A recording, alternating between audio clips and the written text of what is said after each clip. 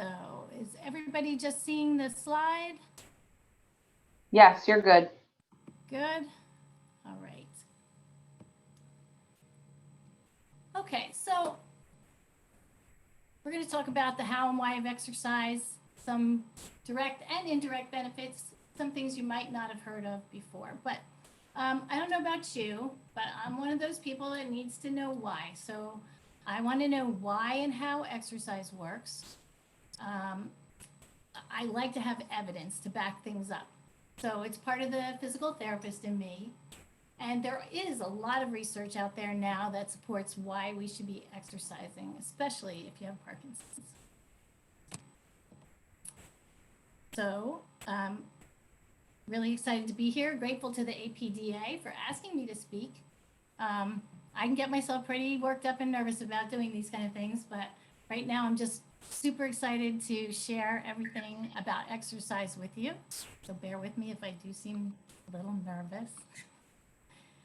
So I do have two businesses. One is Life Health Physical Therapy, which is physical therapy where I provide home in physical therapy in patients' homes, and I've been doing that since 2005.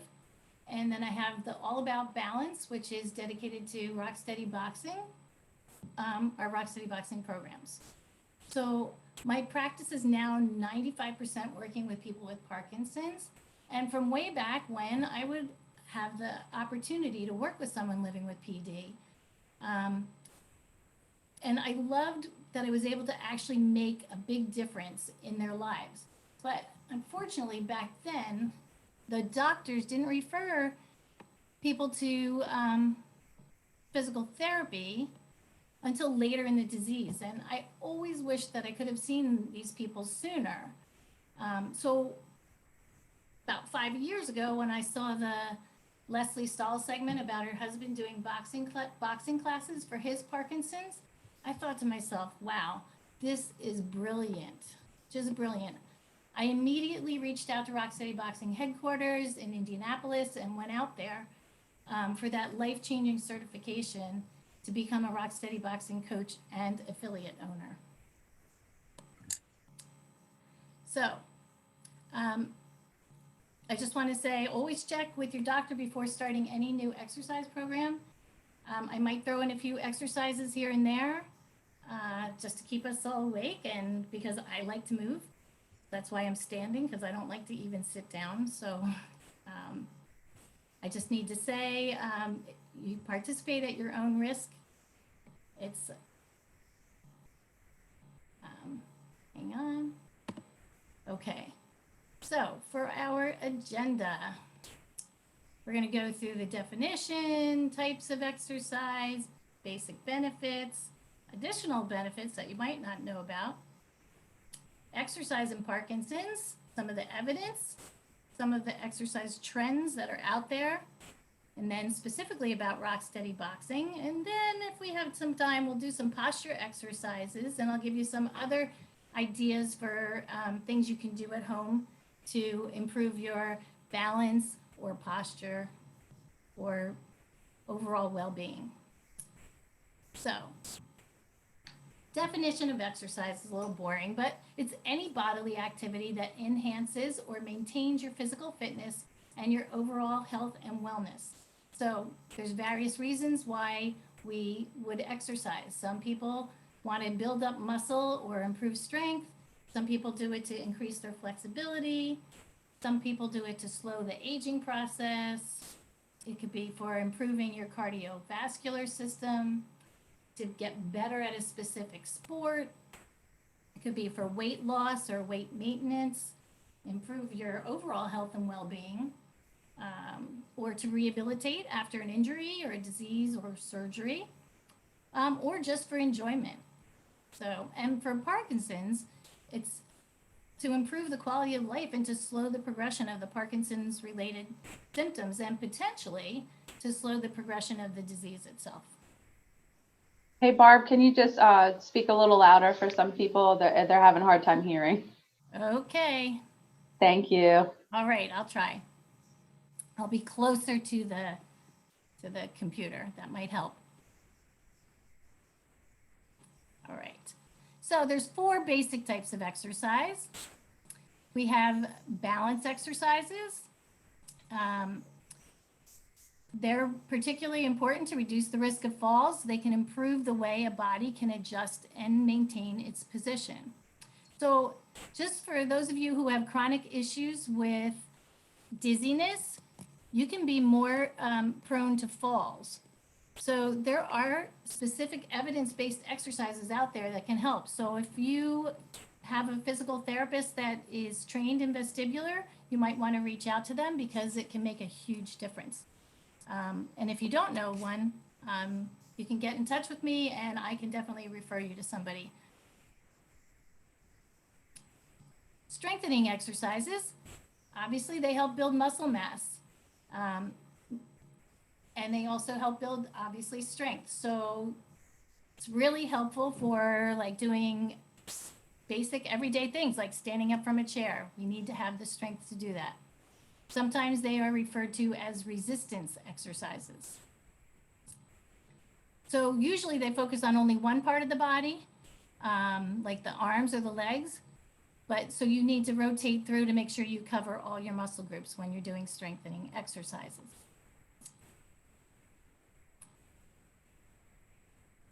So you can use weights, resistance bands. You can use your own body weight even to do them. So we also have endurance exercises. So, or otherwise known as cardiovascular exercises or aerobic exercises.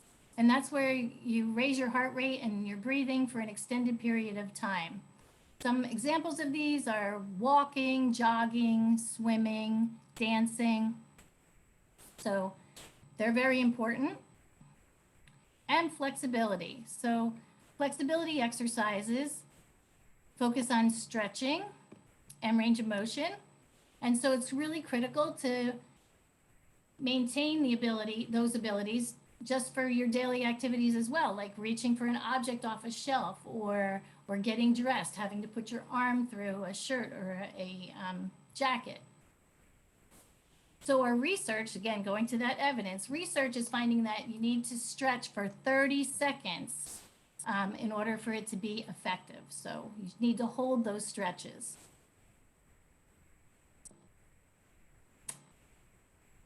So some of the benefits of exercise, I think a lot of you know these, but I'm going to go through them anyway. So the basics: increase strength, improve your range of motion, gain mobility, increase your endurance, improve your cardiopulmonary fitness, and to feel good. Oops, let me go back for a second.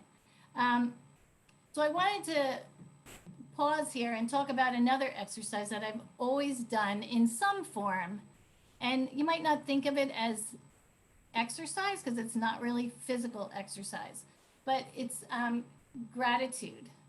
And so I want to talk about that because it really has made a big difference in my life. And what I do is I actually have joined a Facebook group. And I'm not big on Facebook, but this group is amazing. It's called the Gratitude Jar. And every morning I just look forward to going on there and writing what I'm grateful for that day. So a lot of people do this in some form. Some people will write it in a journal. I have a cousin who has a big jar and she has little pieces of paper and she writes for what she's grateful for and she puts it in her jar. And when I think of Parkinson's and writing, you know, when you put it down in writing, it's different than just thinking it or saying it out loud. So it's also good to practice writing, right? Writing big. So you could hit 2 things with one activity. So you can practice your big writing, fold it up on that little piece of paper and throw it in your jar. So I just want to say it really has changed my life. To become more positive and just get the day started out right. I find that I'm more patient and just more tolerant of everything, and really helped me get through the past year and a half. So, and one of the things I learned during this practice is mnemonic JOLT, JOLT. I don't know if any of you have ever heard that before, but it stands for just one little thing. So every day, even on your worst day, there's got to be one little thing that you can find that you can be grateful for. It could be like the bed that you have a bed to sleep in, you have a roof over your head, the plumbing is working, right? So just pick one little thing. So, I wanted to do, before we go any further, because I want everybody to move a little bit, and I'm afraid to come out of this slide. So can people see me in the little screen off to the side?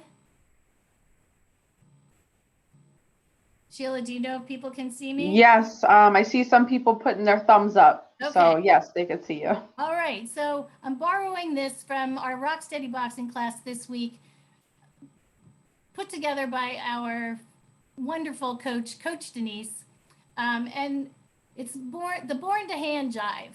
So we're going to get moving a little bit, so wake you all up and get that blood flowing. From Greece, we're going to do it. So I want you to join along. So what it is, and I can't see myself, so am I in the screen? We're going to be doing 2 claps. You can do it standing or sitting. We're going to do two claps, right? 2, 2, pound the hammer, hitchhike, hitchhike. So do it again. And again, if you can't keep up, it's okay, as long as you keep moving. And you'll see I'll probably make a few mistakes, and it doesn't matter, because all it matters is that we're having fun and we're moving, okay? So I am going to put my speaker on. Hopefully this will work. Hopefully you'll hear it. And we are going to play a song. This is the Glee cast version of it.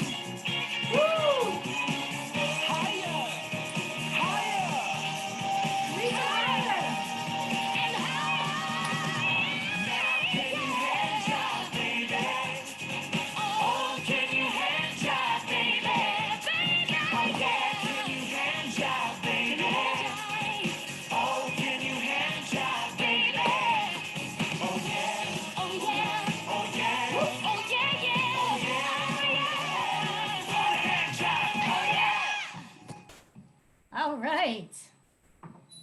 Woo.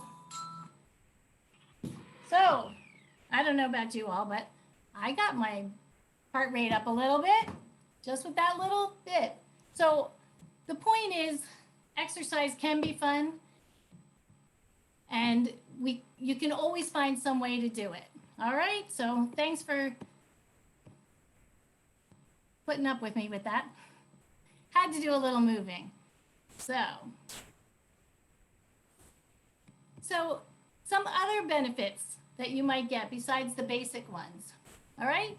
You may be able to take less medication. So we know that exercise can relax your blood vessel walls. It can lower your blood pressure. It can actually reduce bad LDL cholesterol. It can increase good HDL cholesterol. It moves glucose out of the bloodstream and into the cells where it's needed, so we can have lower insulin levels, and it reduces inflammation. So all of these function together to help protect us against heart disease, stroke, type 2 diabetes, and some cancers. And some people, like from our classes, have actually been able to reduce the amount of Parkinson's medicines they take, or they might not need to change their dose for a longer period of time. Also, I've had people come back to me after going to their cardiologist and said their cardiologist was so impressed because their cholesterol was down, their blood pressure was down, and they were able to lower those medicines as well.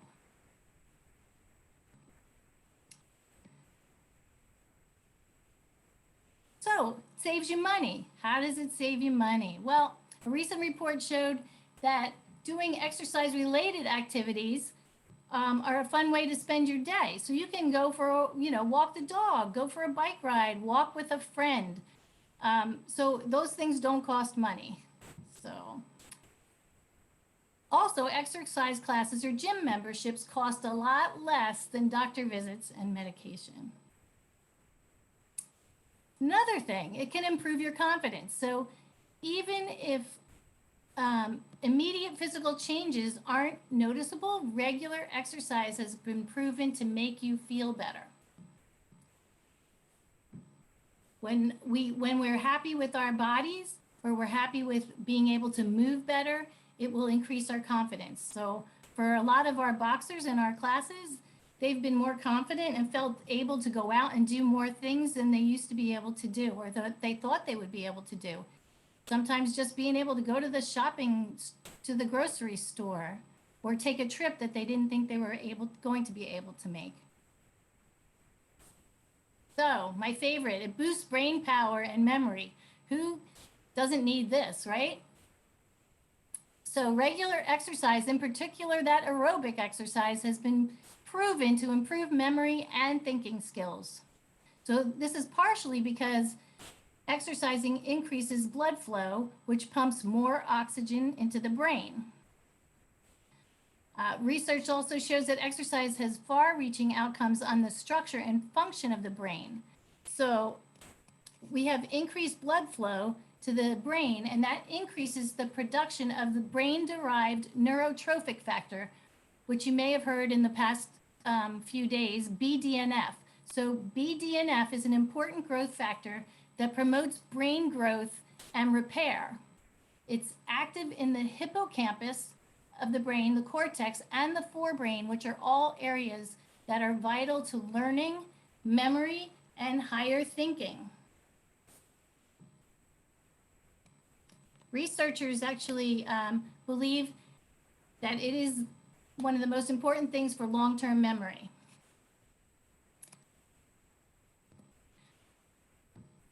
So the benefits include improved learning and memory, better attention and ability to ignore distractions, and enhanced stress management and improved mood. So there's also evidence that regular exercise boosts the size of the hippocampus in your brain, which is the area that's responsible for memory and learning. So it reduces stress and alleviates anxiety. So according to a new study from Princeton University, exercise appears to change the chemistry of the brain by causing the release of GABA, which is a neurotransmitter that helps quiet brain activity and minimize anxiety. So They've also found that regular exercise can work as well as meditation to reduce the symptoms of anxiety. So for all of you out there that say, I hate to meditate, I don't want to meditate, I can't meditate, you can just exercise. So the chemicals that help calm the brain are released during and after the workout. So you can have symptoms alleviated for several hours after you've finished exercising. And they also think that consistent exercise may reduce the symptoms of stress and anxiety even over a longer period of time.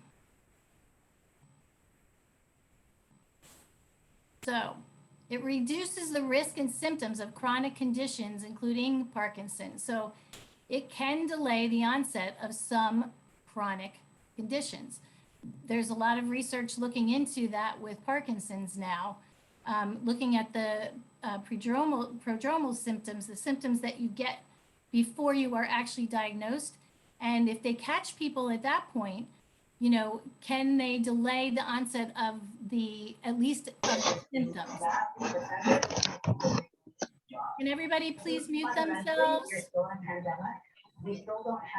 that everybody can hear, please? So until we get to the other side of this pandemic, All right. I don't expect that we're going to see, you know, perfect. So, can you hear me over? Whoever still got their sound on? There we go. Thank you.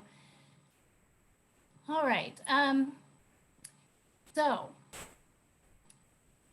evidence indicates that it may reduce the risk of developing some diseases, including some cancers. Exercise causes your muscles to produce chemical signals called myokines that influence other organs. One of these is an IL-6. It's a substance that has potent anti-inflammatory effects. So anti-inflammatories are great, especially for calming the gut down as well. Exercises reduces your risk of heart disease and type 2 diabetes, irrespective of your BMI. So that's your body mass index. So this means that even if you're exercising and not losing weight, the activity is still having positive effects on the cells in your body and lowering your risk for disease. So that's important to know. So they also find that exercise can help balance your gut biome. And we know in Parkinson's, that's really important. It can potentially influence the GI system health, again, possibly by controlling or having anti-inflammatory effects.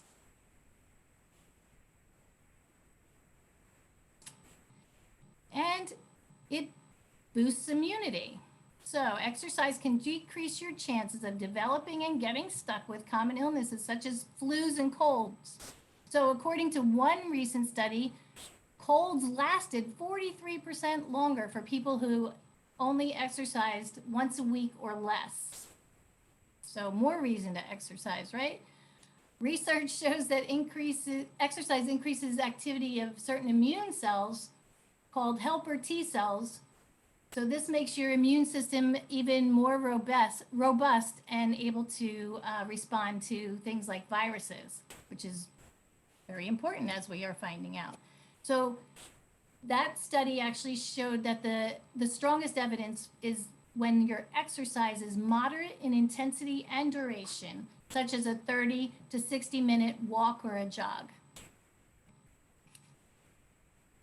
So according to David Neiman from the Appalachian State University Human Performance Lab in North Carolina, he says no pill or nutritional supplement has the power of near daily moderate activity in lowering the number of sick days people take.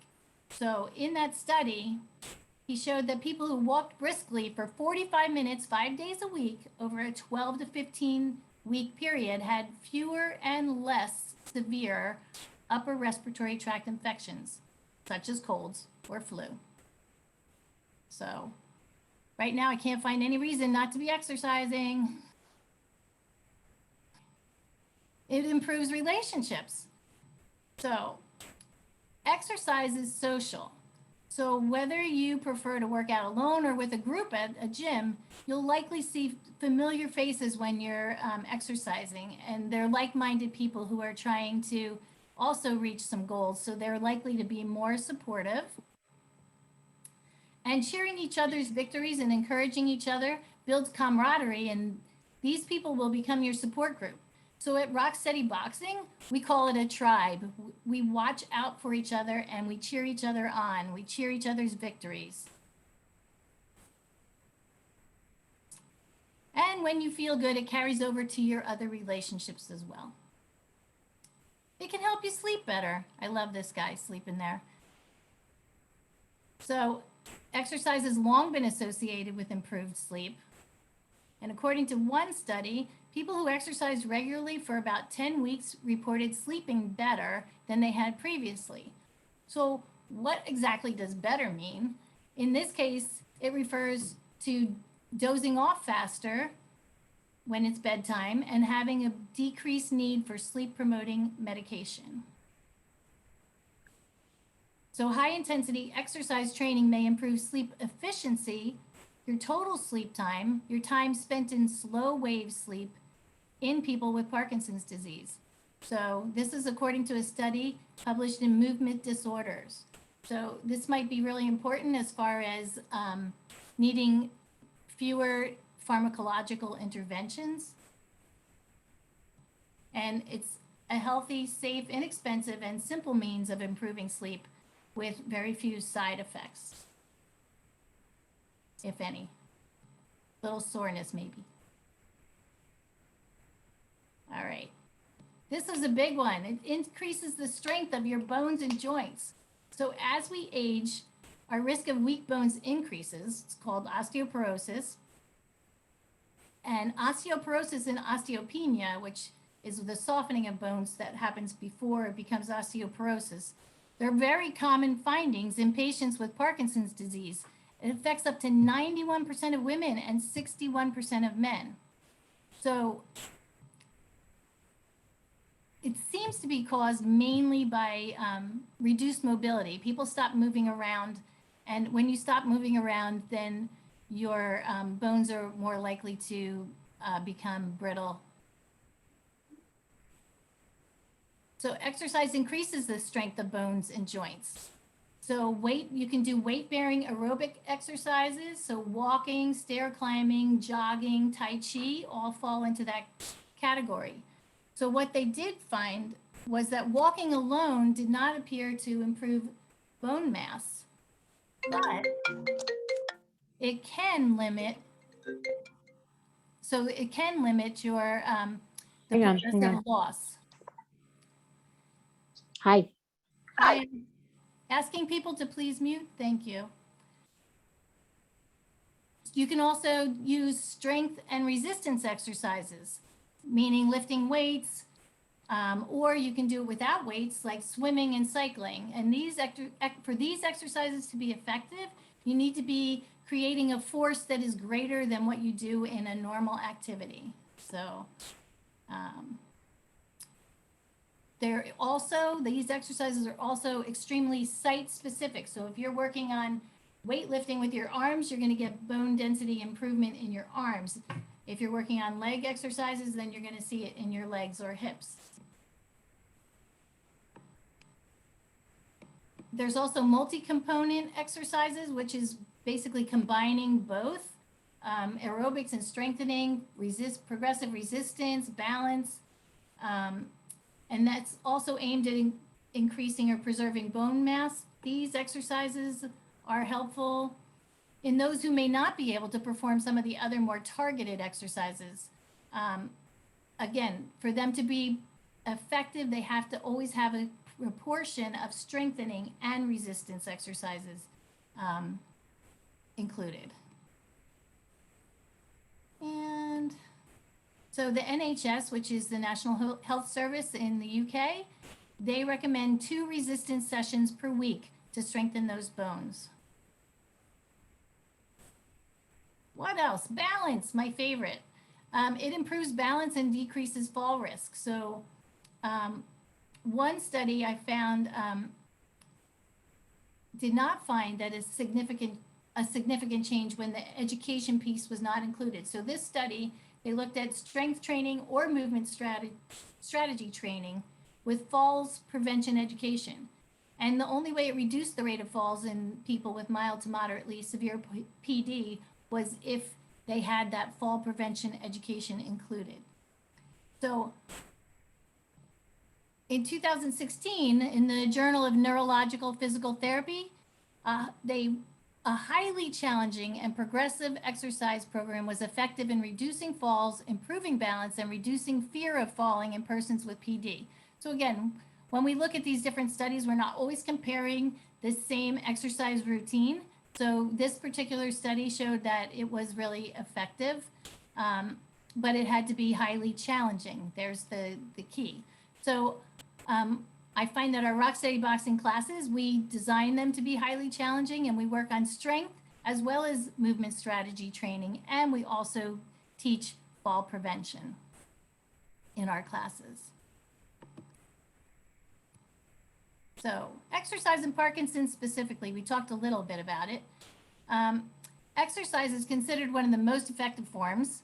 If you've been in any of the classes this week, I'm sure the doctors have been saying that.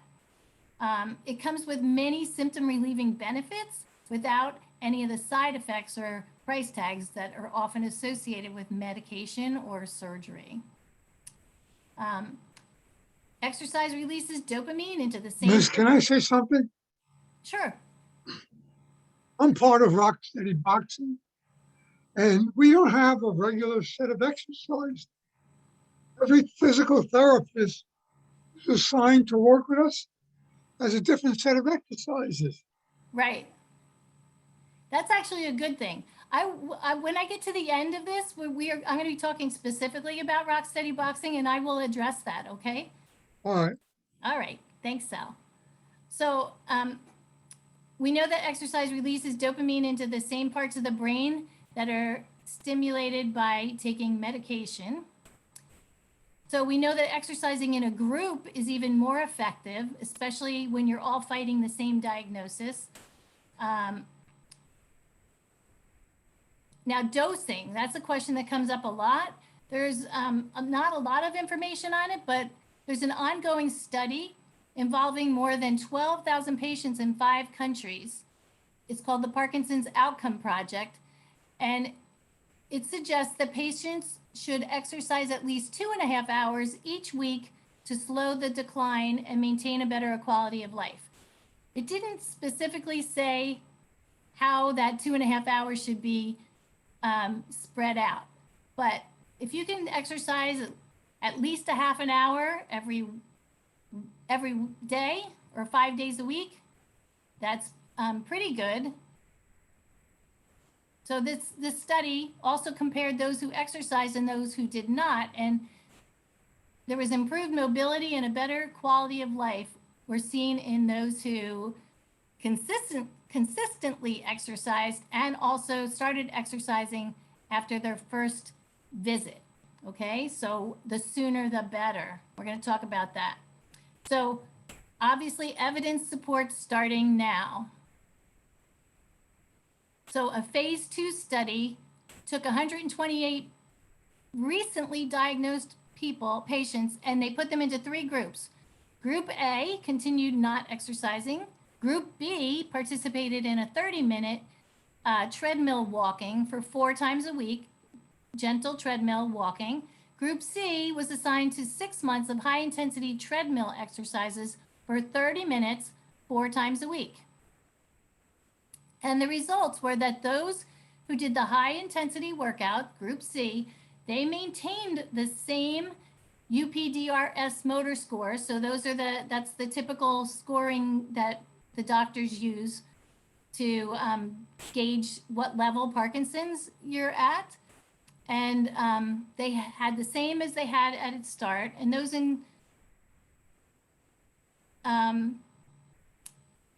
while those that didn't exercise saw their scores drop by 3 points, and those who exercised minimally had a 2-point drop.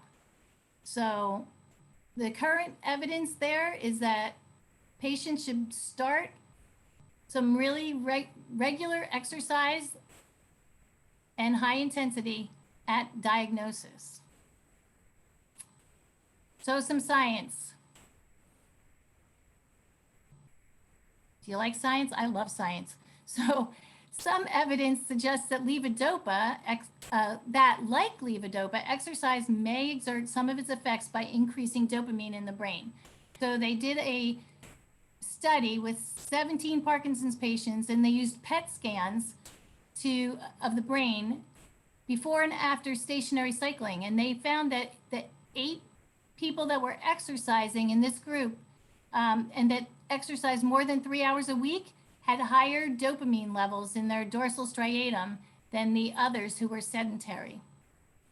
So why is that important? The dorsal striatum is the brain area that receives input from the substantia nigra to help control your movement.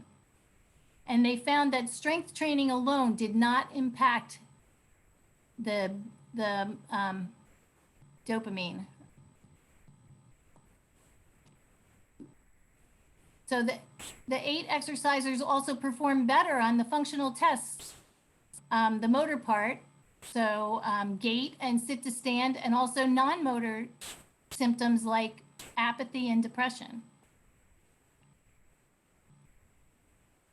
And exercise might also go a step further than levodopa by increasing the brain-derived neurotrophic factor, that BDNF, which promotes the survival of the neurons that make the dopamine.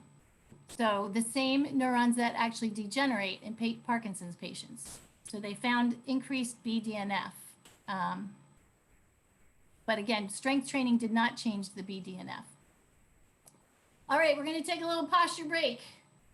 So in this picture, you can see some of our boxers are, well, one's fooling around because, you know, we always have one in the group. But we're working on doing some posture. And one of the best things you can do is just go stand up against a wall. Get those shoulders all the way back. Get that head back. If your head doesn't reach without arching, then you want to put a pillow back behind your head because you want to keep that head nice and in alignment. So everybody that's sitting down, you can even do this sitting. You can just pull that head back, get those shoulders back, get that back nice and straight. Okay, you're keeping the chin down because it's just more like we call it the triple, quadruple chin exercise. So you're just pulling that head straight back, keeping the shoulders down and relaxed. Okay, back straight. And what you do if you're doing it against a wall is you hold that position for 10 seconds. And you want to do it 10 times. And then you want to build up slowly over a month's time so that you're doing it 20 times, holding it for 10 seconds twice a day. So if you are one of those people that has that rounded posture, it's not going to take a lot of years to get there. So we want to undo it. You're going to have to work. It's not really a lot of time. So 20 times twice a day, holding it for 10 seconds. So it should only take a few minutes to do this every day. And you don't have to do it all at once. You can spread it out throughout the day. So everybody sitting up. I got some more posture exercises for you. So one of them is sitting up straight in your chair. As long as you don't have angry shoulders, I call them grumpy shoulders, okay? You can bring both arms straight up over your head as high as you can. And then what you're going to do, and I can't see myself in the camera, but you're going to raise one arm higher and then the other arm higher. Like you're trying to reach the ceiling with one hand, and if you can't with that hand, you're going to try with the other hand. Again, this is one that you want to do 15 times, and you want to build up to 3 sets of 15. So these are all evidence-based exercises for posture, okay, to help with that rounded back. Another one that you can't do right now, and I'm going to demonstrate it as if I was a mime, okay? So you would face a wall. So if my hands are on a wall, I'm going to slide my hands up that wall. They're still on the wall. Then I'm going to lift them off the wall and bring them out and around. So from the front, I would slide them up the wall, lift them off the wall. So again, they're coming away, keeping them out wide, making like a little heart shape, and back to the center. Slide those hands up, pull them off the wall, out and around. One of my favorites. You need to do 3 sets of those. Like we call them the breaststroke exercise. And then something you can do either at the end of those exercises or anytime that you might be lying down is to take a pillow roll. I'm just going to grab a pool noodle for now, but you lay it under your back at the thoracic level, okay? Right about that, where that bra strap would go on the women, okay? And you just lay on the bed with that under that part of your back, and you try to hold that for 30 seconds to 3 minutes in that position. And if you can bring your hands up over your head, if it's comfortable, you can do it like this. So you would have that towel roll under your back. Again, you might have to play with how thick you can tolerate. You might start with a very thin towel roll, but that's really a great way to get that open chest and that better posture, okay? So what's out there for people with Parkinson's? You guys probably know more of them than I do, but I'm gonna run through these quick. Most of these are group exercise programs. So we have Tai Chi. Tai Chi is gentle, involves fluid movements and some nice deep breathing. There's some evidence that suggests that it reduces balance impairments with mild to moderate Parkinson's and with additional benefits of improved function and decreased falls. We have dance. There's programs, Dance for Parkinson's, Dance for PD. We know that dance is great for strength, fluid movement, flexibility, stamina, and definitely balance. It's also very stimulating cognitively, so it makes your brain work. It helps forge social connections, very social. And you can use imagery, rhythm, and music, which I love. We incorporate a lot of this into our boxing program. And dance sparks creativity. And basically the essence of dance is joy. I really can't dance without smiling, so I just really enjoy it. Cycling. So there's a program called Pedaling for Parkinson's. Participants will actually ride for 60 minutes 3 times a week, and they follow the instructor, and they do a 10-minute warm-up at 60 RPMs, which is not really slow, followed by 40 minutes at 80 to 90 RPM, working on that forced intense exercise, and then a 10-minute cool down at 60 RPMs.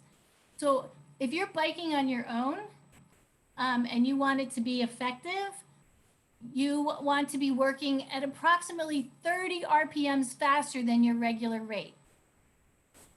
So, and if you're just trying to get started on it, what you want to do is go at your regular rate for a little while and then increase it. It's that interval training that they're actually finding to be super effective. So instead of just doing the same, like a bike ride at the same rate, is to vary that speed. Drumming. We know that drumming and drumming circles can really help improve quality of life in patients with PD. There are studies on this. Obviously, you get music and rhythm. It's a beautiful thing. We have. There we go. Whoops. We were not responding to my cues here. Yoga. I don't want to skip yoga. So yoga is great for so many things. It helps with relaxation, calming the mind. It can lessen your tremor, reduce muscle tension. It helps with rigidity, balance, sleep, muscle strength. It improves some focus and concentration. It can increase your flexibility for sure. It works on breathing, posture. Make sure that if you're doing yoga that you're guided by a qualified yoga teacher, because every person is unique and has different needs and different goals. So make sure that they're being addressed by a certified and qualified yoga instructor. So urban polling, this is one of those that is near and dear to my heart. I find this is really an excellent way to get exercise. So that I've taken out with walking with the Nordic poles or the urban poles have said, well, this is like work. I said, yeah, it's exercise. It's not just to go out and take a little walk. You want to have increased intensity. So it does work your arms more, which we know that when you use your arm muscles more, it gets your heart rate up higher. So some of the proven benefits are improved balance and stability, posture, because the poles actually help you stand up taller, increased core strength, because these poles in particular, the urban poles, are designed that they have a ledge that every time you press down into that ledge, you stand up taller. You have increased walking tolerance. You can walk further with the poles.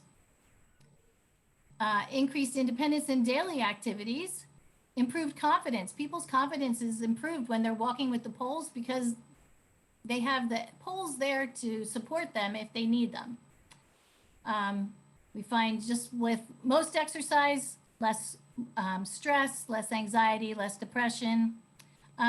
This is a quote from Keith, who was a person with Parkinson's, and he said, I was steered to use the activators. So activator poles are also a pole put out by Urban Polling that you use that are more stable than the typical ones.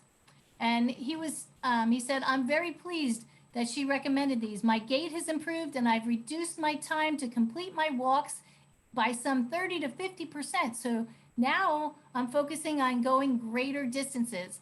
My therapist has remarked that I am no longer shuffling. So the urban poles are really an amazing thing. Another great thing is that you can do it in any weather. So you see these people bundled up. These are produced, manufactured in Canada.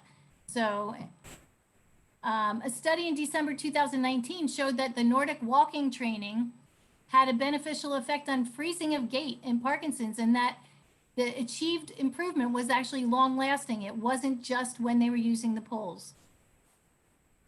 A study published in 2015 in Neuro Rehab concluded that a tailored exercise program that included the Nordic walking was an effective way to improve daily activities and both motor and non-motor symptoms. And that's just there. So there's also some Parkinson specific exercise groups. There's Power Moves. There's LSVT Big for Life, which is only for people who have been through the LSVT Big program that can attend it. There's a Delay the Disease program. There's actually others that I didn't even list. There's Ping Pong for Parkinson's. That one is one I want to eventually be bringing to our program. So I'm getting to Rock Steady Boxing, which of course is my favorite. So currently our classes are all virtual. We have 9 classes per week. The virtual classes, while not ideal for everyone, have actually been quite beneficial for so many of our boxers. So those that are working or traveling can do the classes from wherever they are. And for those that find it difficult to get out or don't have transportation have benefited. I actually have to say that the virtual classes have surpassed my expectations of being able to help. I've seen people improve that started out with us and that were not in our program before. They've actually improved as well. So I'm just really surprised and happy that we were able to do that. Boxing is targeting Parkinson's symptoms. So we box because there's all of these symptoms that the shuffling, the rigidity, the slowness of movement, some of the cognitive issues. Boxing trains people to improve hand-eye coordination, speed of movement. You can't punch somebody very hard if you're going slow, right? So it's got to be fast. So we work on speed of movement. We work on stretching and flexibility, balance. In order to move around and not get knocked down, you have to have good balance. So we work on that. Core strength, agility, moving quick, rapid muscle fire, that, being able to do something over and over again. And the boxer's workout actually helps reduce stress. It improves your mood. If you're angry, you get to hit something, not somebody, but something.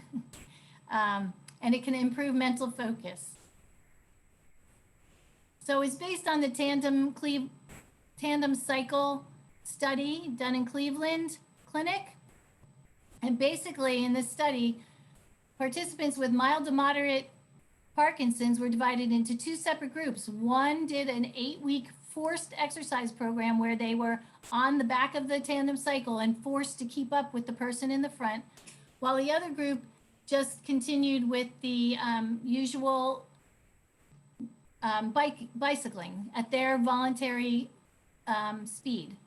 And at the end of the study, both groups showed improved aerobic fitness, but the UPDRS scale, the motor scores for people with Parkinson's that were on the forced intense exercise regimen improved by 35%.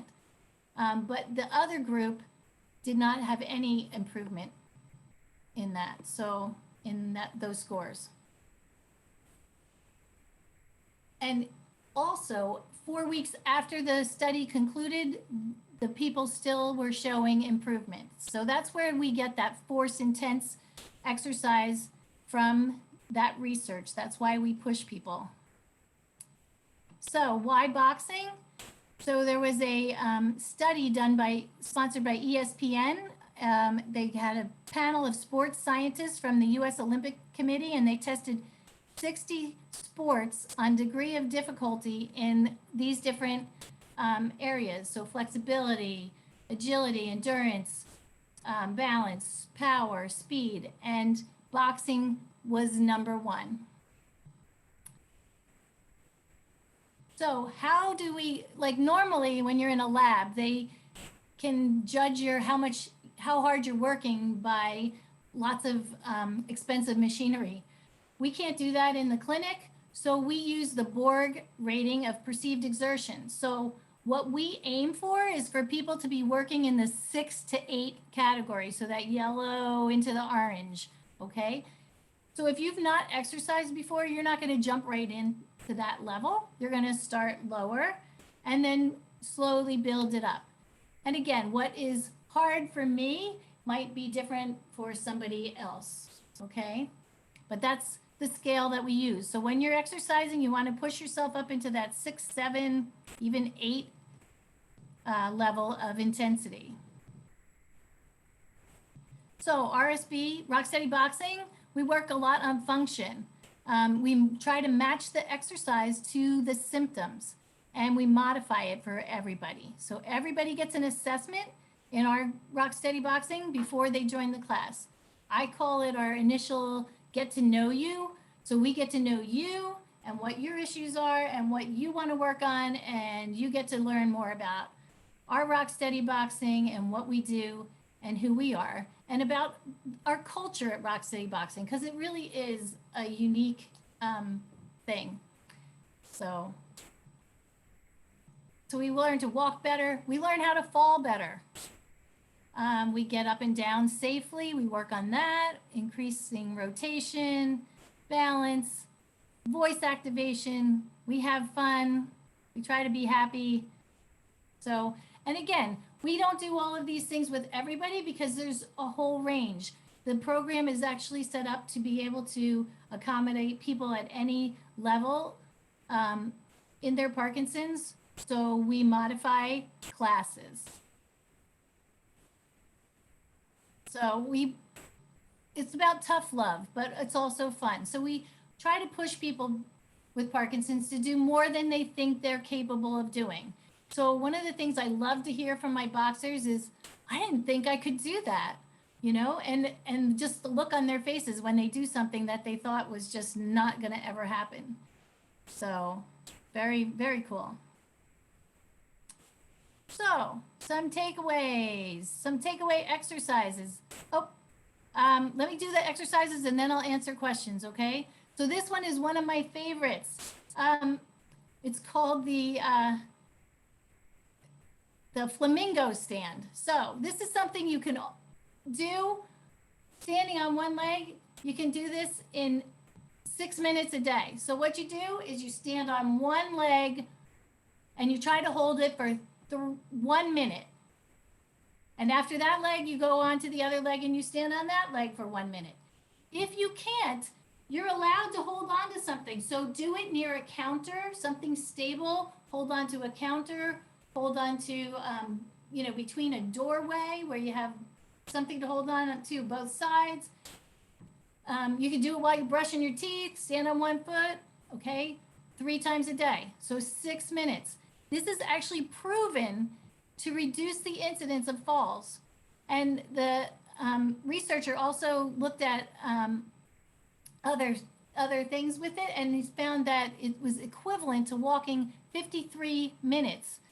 Also, they found improved bone density in the hips. So you're actually going to help with osteoporosis in the hips, okay? Remember, specific, when we're working on a specific area for osteoporosis, that's the only area that benefits.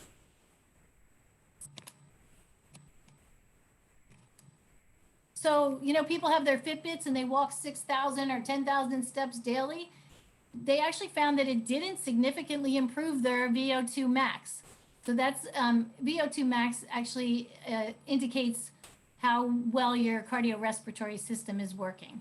So it didn't really improve that. It does help keep you moving, but as far as actual cardio, it's not necessarily helping unless, again, I'm going back to that variability and interval training. What we recommend is that I'm jumping down to the last one, interval walking training. So this is a very specific way of doing it that they have here.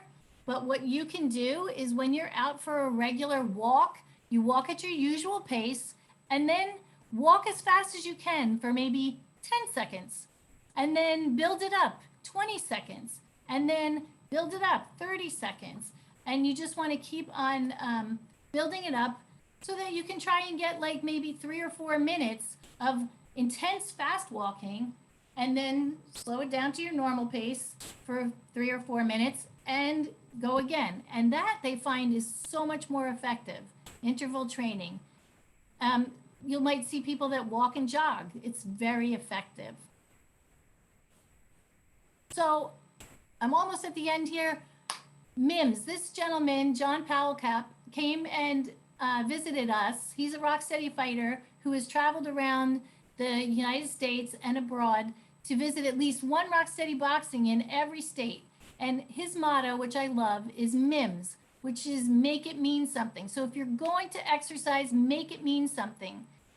So everybody can take their own meaning from that.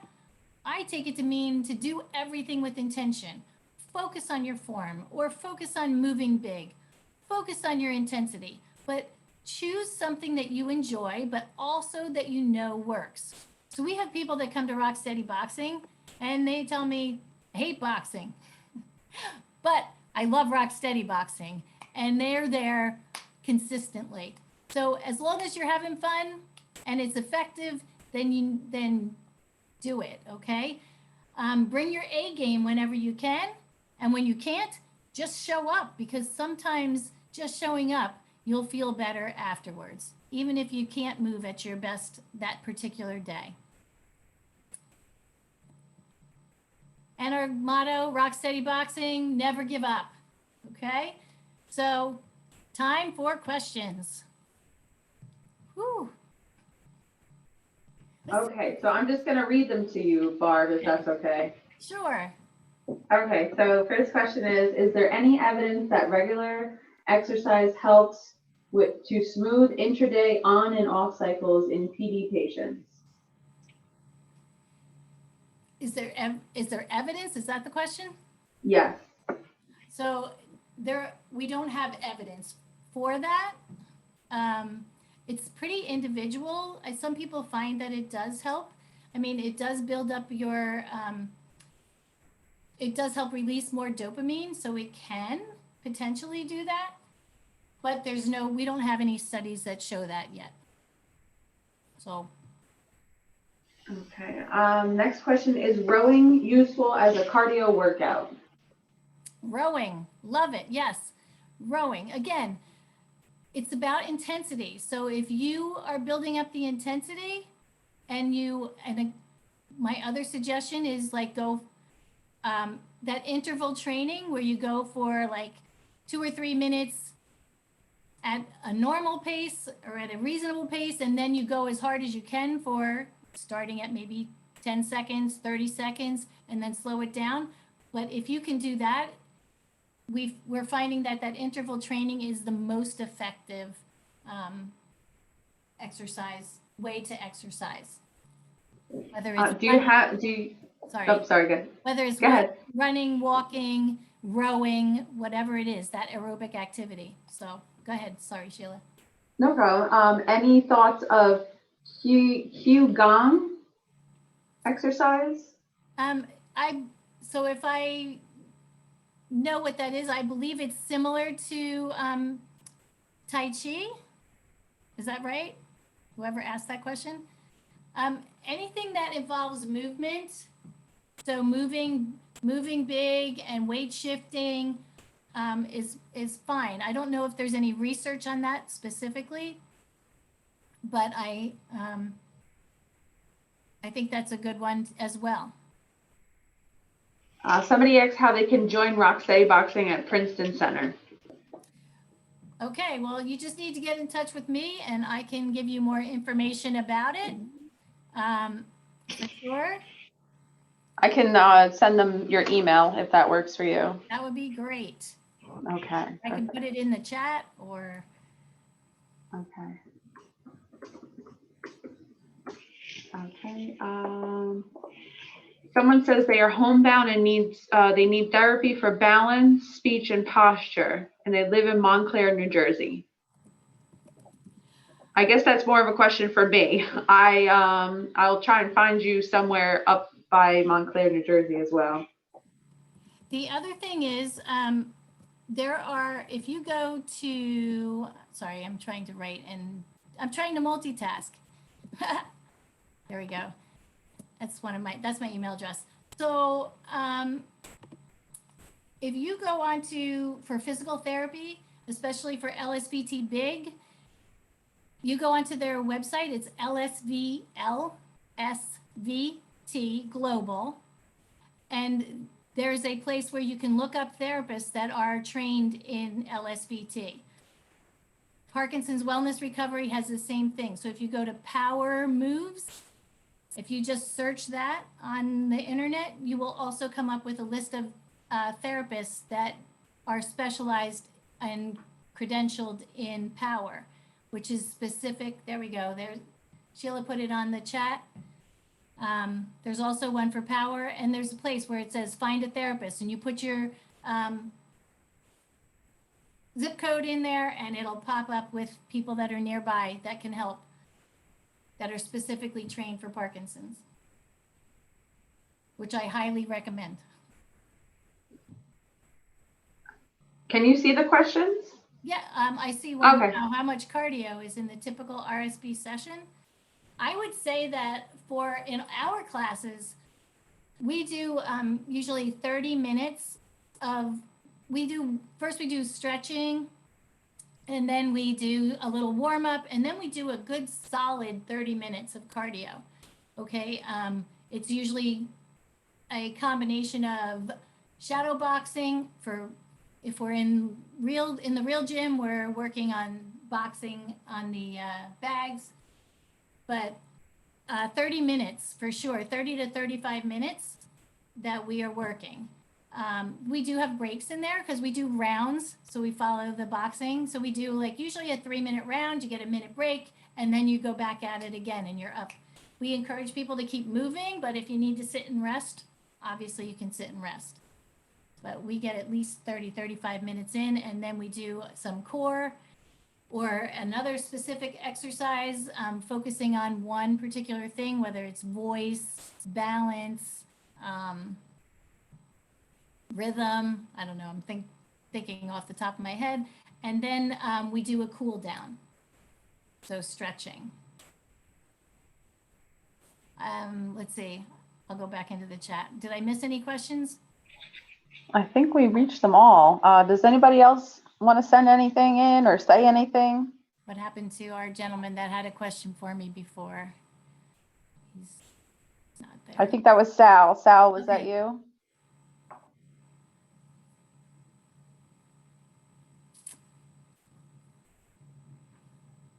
No more questions? You want to do more exercise?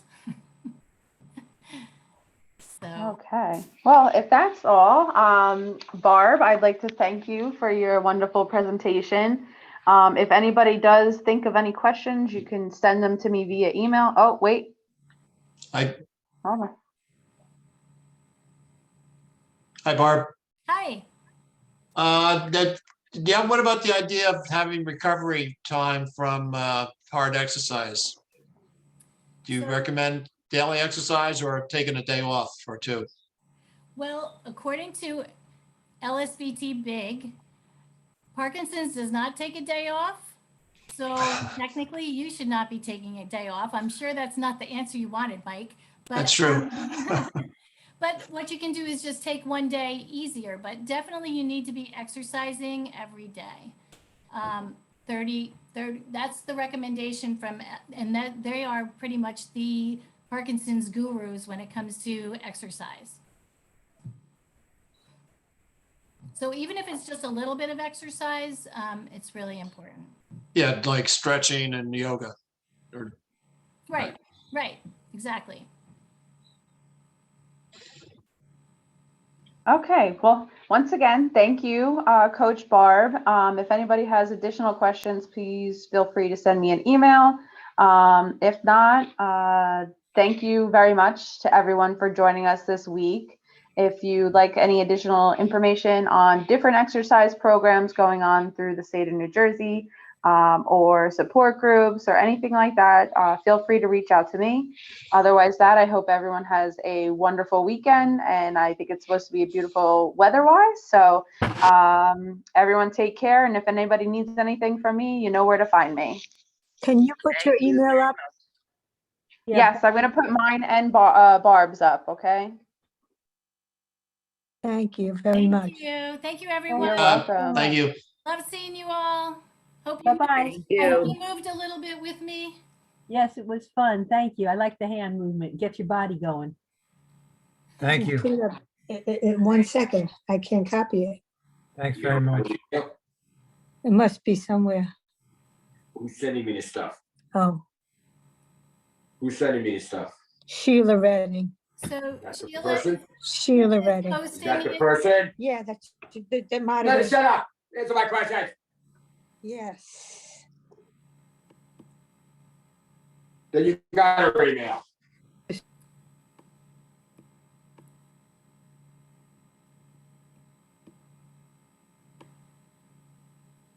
Okay, I sent my email and Barb's email both in the chat. Thank you. You're welcome. Okay, so everyone have a wonderful weekend, and if anybody needs anything, please feel free to send an email. All righty. Bye-bye. Take Thanks care. for the great presentation. Have a good weekend. Thank you.